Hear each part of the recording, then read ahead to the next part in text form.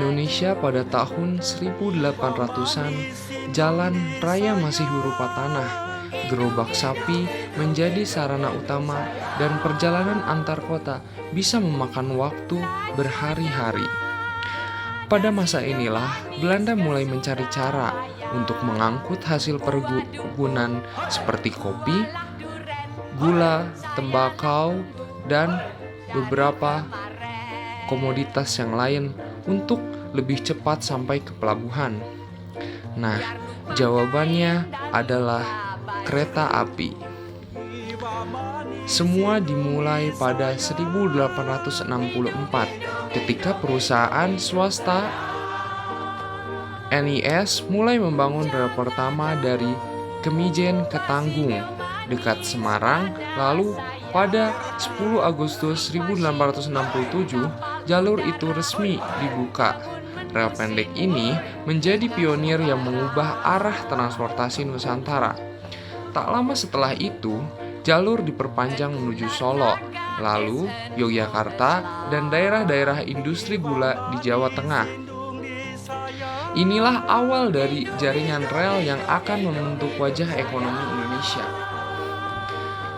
Melihat keberhasilannya, pemerintah kolonial melalui Staatspoorwegen ikut membangun jalur baru. Mereka menyambungkan Batavia sampai ke Bogor, lalu Cianjur sampai ke Bandung, lalu di sisi lain jalur Cirebon sampai Kroya dan Kroya sampai ke Yogyakarta. Hal itu memecah pegunungan dengan terowongan dan jembatan baja yang megah. Di Jawa Timur, rel Surabaya, Pasuruan hingga Probolinggo dan Surabaya, Kediri sampai ke Blitar jadi arteri besar bagi industri gula. Nah, Sumatera punya ceritanya sendiri. Di Sumatera Timur, rel Medan sampai Belawan dan Medan sampai Tebing Tinggi jadi urat nadi tembakau dan karet. Di Sumatera Barat, jalur Ombilin sampai ke Padang mengangkut batu bara dari Sawah Lunto melalui lembah dan tebing curam. Sementara Sumatera Selatan punya jalur batu bara dari Kertapati sampai ke Muara Enim. Nah, setiap rel dibangun demi satu tujuan, yaitu mengalirkan komoditas ke pelabuhan dengan cara yang sangat cepat. Dan solusinya adalah kereta api. Lalu, masuk abad ke-20, fokus bergeser, bukan lagi membangun rel baru, tetapi memodernisasi infrastruktur. Rel diganti dengan yang lebih kuat, jembatan diperbesar, terowongan diperdalam, dan stasiun-stasiun diperluas. Stasiun-stasiun besar seperti Stasiun Bandung, Stasiun Semarang Tawang, dan Stasiun Surabaya Gubeng menjadi bangunan megah dengan desain kolonial. Tidak hanya itu, lokomotif uap baru yang lebih bertenaga didatangkan dan sistem persinyalan mekanik mulai diterapkan.